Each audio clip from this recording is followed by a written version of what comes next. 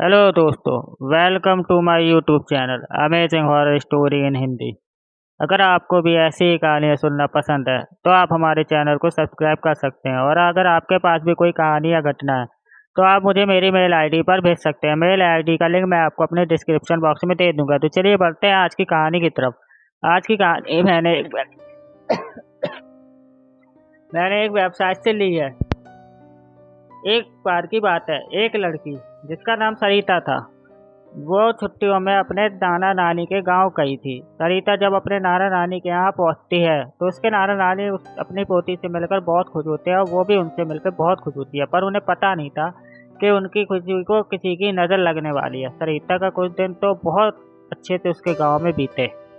एक दिन सरिता अपनी सहेलियों के साथ गांव के बगीचे में खेल रही थी। सरिता खेलते खेलते आम के पेड़ को देखती है। उसके बाद वो अपनी सहेलियों से कहती है, चलो आम तोड़ते हैं। सरिता पत्थर मारकर आम तोड़ने की कोशिश करती है और उसका पत्थर आम पर लग भी जाता है, जिससे आम गिर जाता है।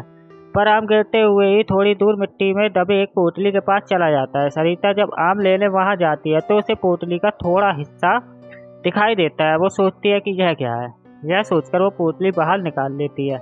उस पोटली को खोलकर देखती है तो उसे कंगन मिलता है जो बहुत पुराना होता है। सरिता को तो पता भी नहीं था कि यह कंगन उसकी जिंदगी का भयानक हिस्सा बनने वाला है। वो कंगन सरिता को अपनी ओर आकर्षित सा करता है, जिसको लेकर वो अपने घर चली जाती है और घर आकर अपनी नानी को सारी बात बताती है और वो कंगन भी दिखाती है। तो उसकी नानी जो उसे बताती है उससे सुनकर सरिता बहुत डर जाती है।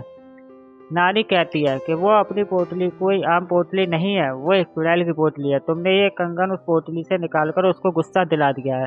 वो तुम्हारे पास जरूर आएगी।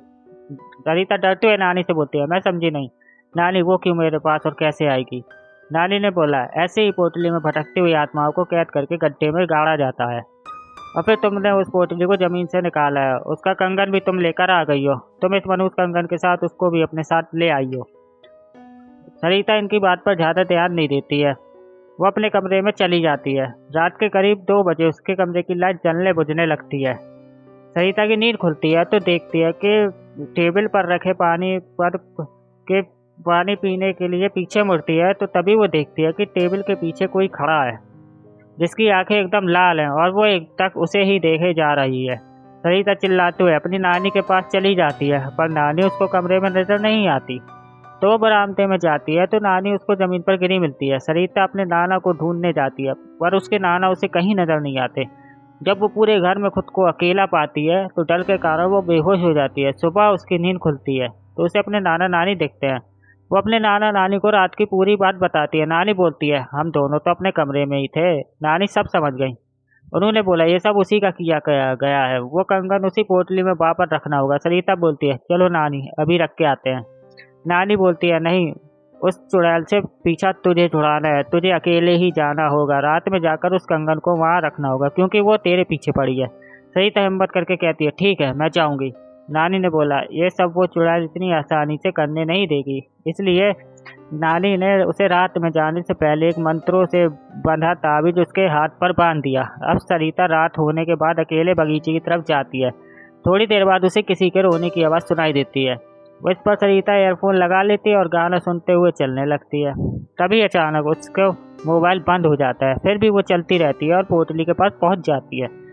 तभी उसे महसूस होता है कोई उसके पीछे खड़ा है, पर नानी ने उसे पीछे मुड़कर देखने को मना किया था, तो वो नहीं देखती है और डर की वजह से पसीने से लथपथ हो जाती है। फिर वो हिम्मत करते हुए उस पोटली को खोलकर उसमें कंगन रखती है और पीछे दौड़ लगाकर भागने लगती है और आंखें बंद कर वह वहां से बहुत तेज भागती है और सीधा अपने घर पर ही रुकती है। चुड़ैल से तो उसका पीछा छूट जाता है, पर वो इतनी डर जाती है कि दूसरे ही दिन अपने घर शहर वापस अपने पापा के पास चली जाती है।